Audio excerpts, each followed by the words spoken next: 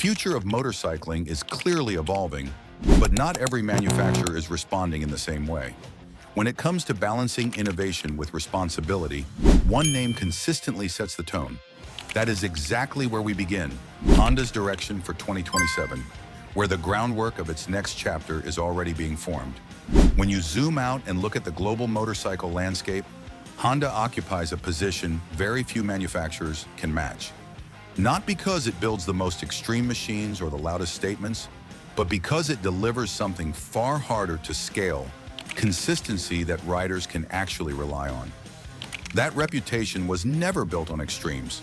It was built on trust. Across continents, across decades, across riders who commute every morning or disappear for miles on end, the approach stays grounded. Machines that start, last, and make sense to live with. That balance is not accidental, it is engineered. Heading toward 2027, that philosophy is not being replaced, it is being sharpened.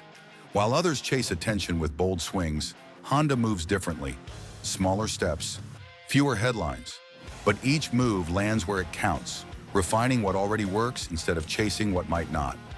That restraint often gets mistaken for hesitation. It is not. It is discipline. Because for Honda, innovation is not about adding more. It is about adding what matters. If you are the kind of rider who actually cares where this industry is going, not just what is new on paper, then stay with us. Share your hype in the comments. It really helps us keep breaking down updates that actually affect the ride, not just the headlines. As motorcycles grow more complex, more electronic, more regulated, Honda's direction becomes clearer. Not resisting change, but filtering it, keeping what improves the ride, leaving out what complicates it. That middle ground is hard to hold, but it is exactly where Honda operates. And on paper, it sounds solid, but direction alone does not define the ride. What truly builds trust is how that vision translates into real systems riders interact with every day. And naturally, that leads us to the next layer, Honda's technology and electronics, where that promise either holds or falls apart. Because this is the layer you actually feel. Every throttle input, every correction mid-corner, every moment where control either feels natural or slightly forced. And this is where Honda tends to pull ahead. Rider assist systems are no longer optional, but Honda does not just install them, it shapes how they behave. The difference shows up under pressure. Instead of stepping in too early or too aggressively, the system stays out of your way until it truly matters. You are not reminded it is there. You just feel the bike stay composed. That matters more than most riders realize. Because once a system starts interrupting, it stops feeling like support. It feels like resistance. Honda avoids that line. Whether it is braking stability or traction on a rough surface, the goal is not control taken away, it is confidence quietly reinforced. That same thinking carries into displays and connectivity. Screens are cleaner, menus make sense. Features do not demand attention when your focus should be on the road. You are not managing technology, you are riding with it in the background. And as electronics keep expanding, that discipline becomes more valuable. Because adding features is easy, making them feel invisible is not. Honda leans into that difference. The systems are advanced, no question. But every layer is filtered through one idea. Does this actually improve the ride without complicating it? And that is where the next pressure starts to build. Because control is only part of the story now. But before we move deeper into efficiency and electrification, let us bring this back to the rider for a moment. Have you ever used modern rider tech like traction systems or smart assists on a bike? Did it actually make you feel more in control? Or did it feel like something quietly sitting between you and the ride? I would genuinely like to hear your experience. Drop it in the comments below, because that answer says more about where motorcycles are heading than any specification sheet ever will. For years, motorcycles were judged by one thing: performance, horsepower, acceleration, that rush when the throttle opens and everything else fades. But that ERA is being challenged, because the force shaping the next generation is not speed, it is efficiency, not as a buzzword, not as a sales pitch, as a requirement. Across major markets, emissions rules are tightening. Urban zones are becoming harder to navigate. And ownership is no longer just about what you pay up front. It is about weather. Your machine can still exist within the rules 5 years from now. And this is where Honda starts to separate itself, not by reacting, by preparing. Because while some manufacturers are framing electrification as an overnight replacement, Honda is taking a different route. Not a leap, a build. Electric platforms advancing on one track, internal combustion evolving on another, both moving forward at the same time, shaped by what riders actually need, not what headlines demand. And that distinction carries weight, because electric motorcycles still come with real limitations. Range anxiety, charging delays, infrastructure that works in some places and falls apart in others, especially outside dense city centers. Honda does not ignore that. It works around it. Meanwhile, combustion is not being pushed aside, it is being refined.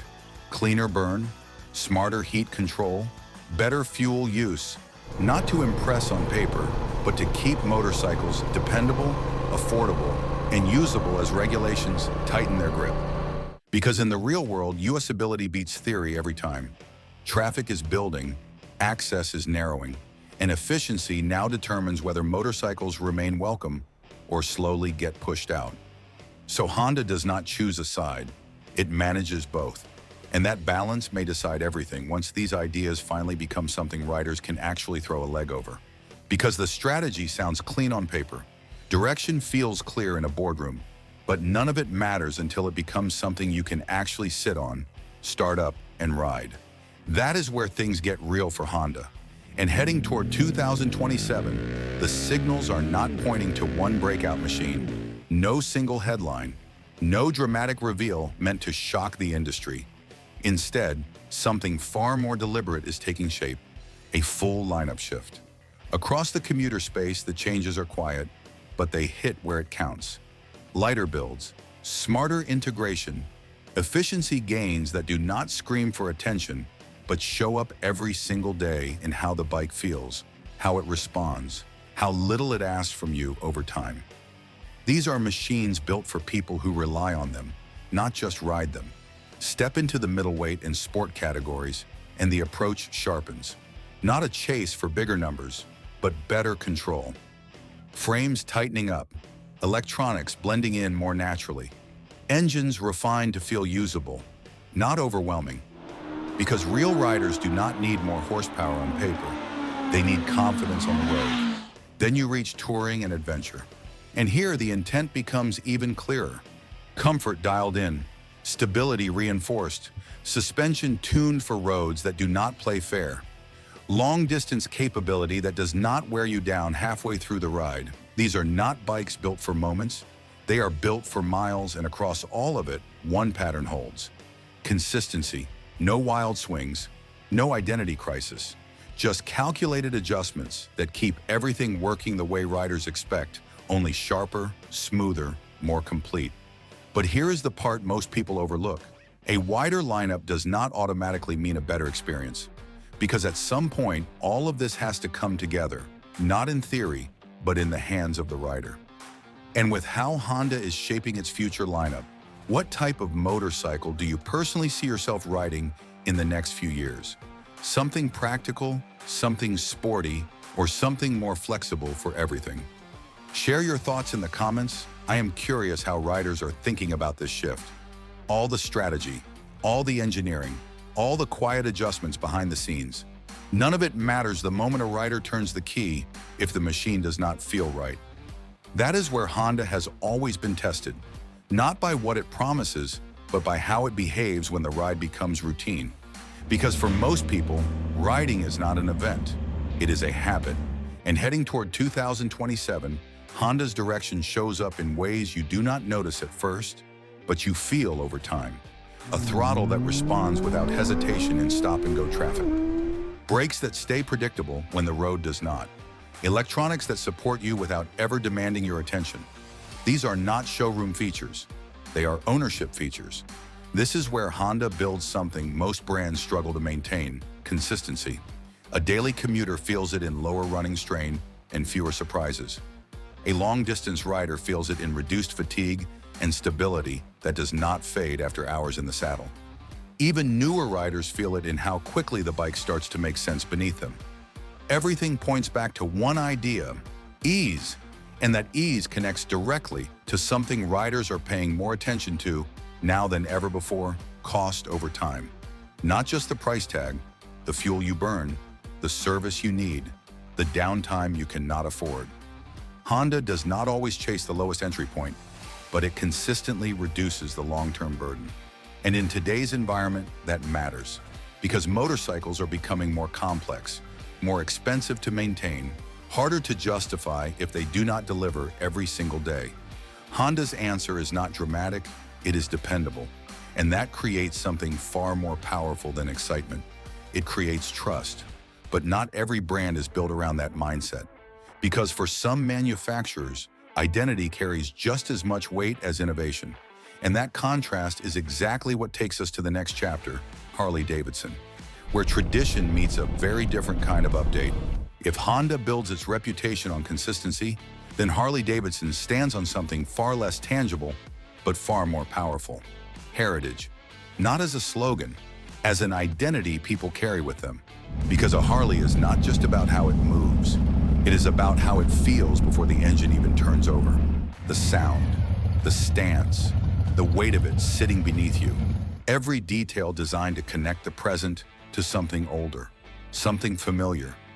For decades, that connection was enough, but the world around it did not stay still.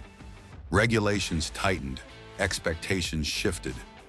New riders entered with different priorities: technology, flexibility, practicality. And suddenly, Harley is not just building motorcycles anymore. It is navigating pressure. Because evolution, for this brand, is not simple. Push too far into modernization, and something essential risks disappearing. Stay too anchored in the past, and the future starts moving without you. This is not just engineering. It is a constant negotiation between what the brand was and what it needs to become. And that tension is visible. There are signs of movement, more refined chassis setups, electronics stepping in where they once did not belong, a broader range that reaches beyond the traditional core. But at the same time, the fundamentals remain untouched. Engines built around torque, design that leans into legacy, a riding experience that prioritizes feeling over numbers. This creates a path that is not clean or predictable.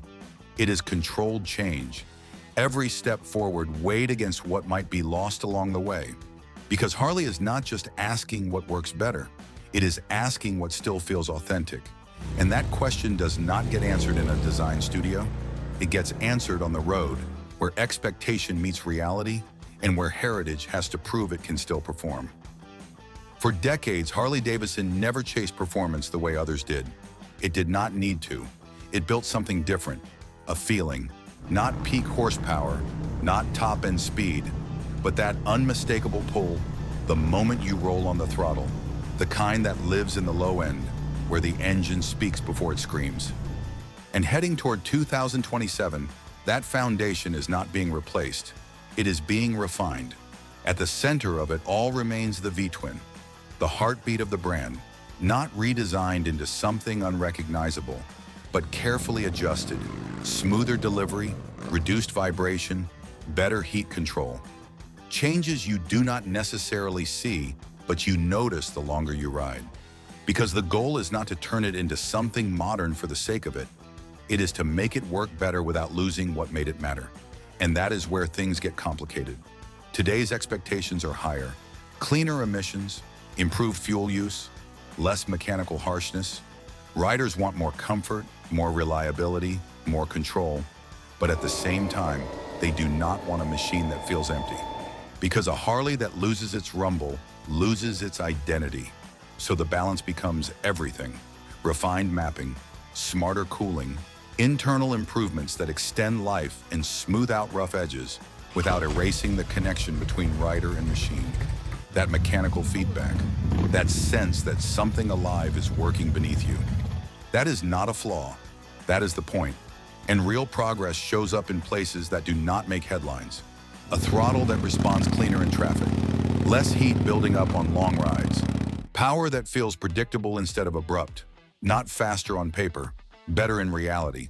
Because for Harley, performance is not about numbers. It is about whether it still feels like a Harley, when the road stretches out in front of you? The performance may be evolving under the surface, but for Harley Davidson, what you feel is only part of the story, because just as important as how the bike rides is how it presents itself to the world. And that balance naturally pulls us toward the next focus, its design and styling, where identity becomes visible. Design has always been the first impression, and for Harley Davidson, that impression is almost impossible to mistake. Before a single throttle input, before any exhaust note settles in, the shape already tells you what you are looking at. Low, stretched, planted, a presence that does not ask for attention, it commands it.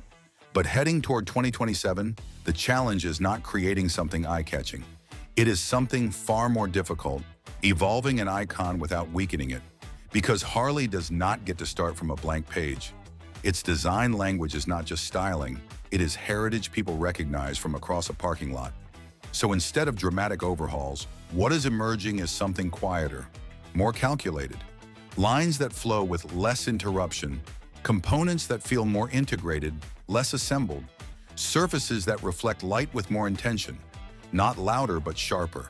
And then there is the part most riders do not notice right away, but feel over time: execution, fit, finish, the way panels meet, the depth in the paint under sunlight, the tactile quality of materials your hands keep returning to.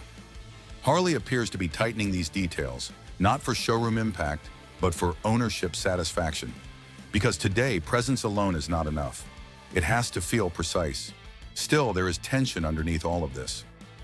How far can you refine before you stop progressing? When does timeless quietly become static? Early signals suggest Harley is threading that needle carefully.